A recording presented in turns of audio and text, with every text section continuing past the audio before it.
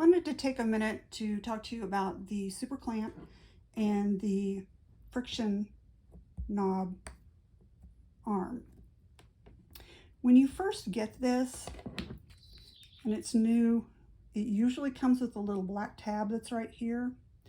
And this isn't something that you need, so you can remove it. It'll say pull on it. So you can, now I've already taken this one off a second ago, so that's why it just came out. Normally it's a circle all the way around. So what you would do,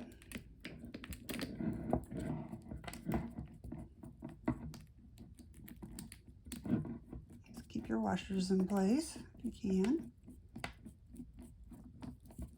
Take this off, and then this piece would actually be on there, and like I said, it makes a full black circle. I just took this one off a few minutes ago, so it's already been broken apart, taken off. But I want to show you what would, if you have all of this and it falls apart for some reason, I want to show you how it goes back together.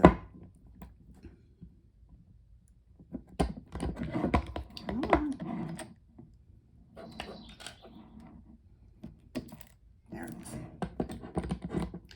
You'll notice that you're going to have two washers that are going to have a little groove in them, a circular groove, and flat on the other side.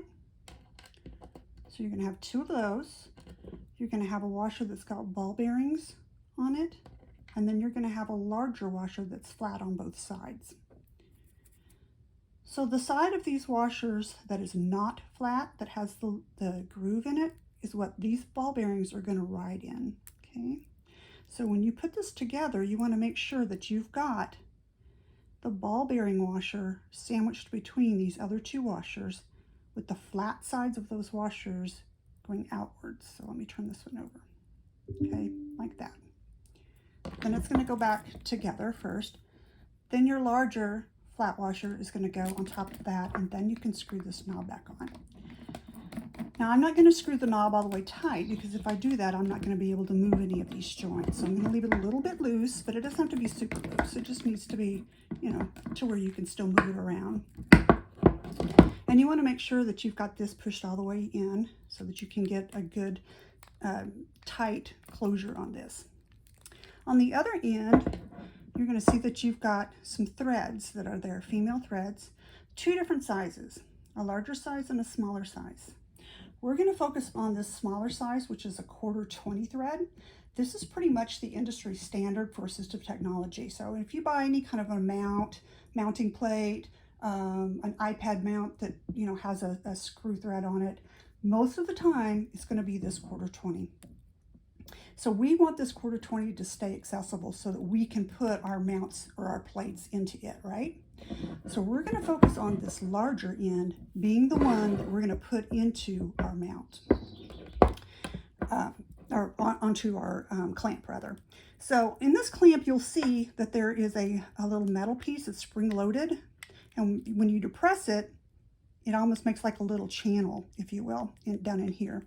And then you have got this. Well, this is threaded. And so when you first get this, usually it's all the way pushed in. So it's all the way in like that. You've got to back that out so that you can get this to fit into it. So I'm going to go ahead and I'm going to unscrew it until I can barely not see the end of it anymore. Okay, it's still attached, but I don't see it in here anymore if I just look. Then I'm going to take my larger end and I'm going to look at it, because this is a round piece that's here, except for one side. One side is going to have a little flat spot on it. Now this can rotate and turn all different directions. But when I go to put one of these together, I find that the easiest thing to do is to find that flat spot and line it up with this U. If I line it up with this little U channel here, then I know exactly where my flat spot is when I put this into this mount. Because we want to ensure that this flat spot is going to be lined up with the screw. It gives that screw a flat surface to be able to tighten down onto. If you put it somewhere else, you're going to have issues with this mount wanting to turn in this clamp, okay? And you don't want that. You're trying to get a secure fit. So I found my flat spot. I'm going to depress this silver button down to put this in, Then I'm going to line that U-channel up with this, and I'm going to tighten it down. Okay, sometimes you'll see people talking or videos or whatever, and they talk about how, you know, oh, you just wrap stuff inside this, or you do thread lock, or blah, blah, blah. You don't need to do any of that if you'll just take the time to find that flat spot and make sure that this is screwing up against that flat area on there. And I tighten everything just hand tight. I don't ever use tools. If you do, you're just working on trying to strip everything out, and there's no need to have to do that with this system. Down here, you've got this piece. This is going to rotate, and it's going to open your clamp jaw up. You can only go so far. I mean, these jaws open up pretty far, but they're going to come to a point where they're going to stop. Okay, so I've made it all the way there. So I'm at the end. Don't keep undoing this, or you're going to have everything falling apart in your hand, and promise you don't want that. It's a mess. So and you don't even need to open it up that far whenever you're taking it in and off of stuff. I just wanted to show you how far it will go. You've also going to have an insert that's in here. If I have got a flat surface, like if I was going to take it and I was going to clamp it to the edge of this table, okay, it's about this thick, I would keep this in place because I'm going to be able to close that and get a much tighter fit if I do that. Okay.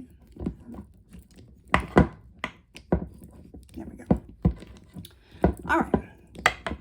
But if I'm doing a round tubing, like on, let's say, like on hospital bed rail or on a wheelchair frame, I'm going to take this insert out because I want to be able to run my tubing right into here so that I can really get it in there good, and then go ahead and tighten this down. This knob is what's going to tighten both of these joints up. So you want to kind of get things in place where you want it. Sometimes I'll tighten this up so that it still moves a little bit, but it's going to be a lot harder to move these around. And then when I get it in just the right sweet spot, then I'll go ahead and I'll tighten this down hand tight, but I tighten it pretty darn tight, but with my hand. Keep in mind you've got these U-channels here, so that if you're going to try to mount something and you want to try to get a 90-degree angle, make sure that you're putting it into that U. Okay, don't try to put it at the side and get a 90-degree angle because it's not going to work for you. And the same thing holds true down here. If you're mounting to a surface where you've got the clamp this direction, like on some tubing, and you want to make a 90-degree, don't do it like this. Make sure that you get it into that channel, because then you can bring that up and get you a nice 90-degree angle. So I hope that this has been helpful. Thanks.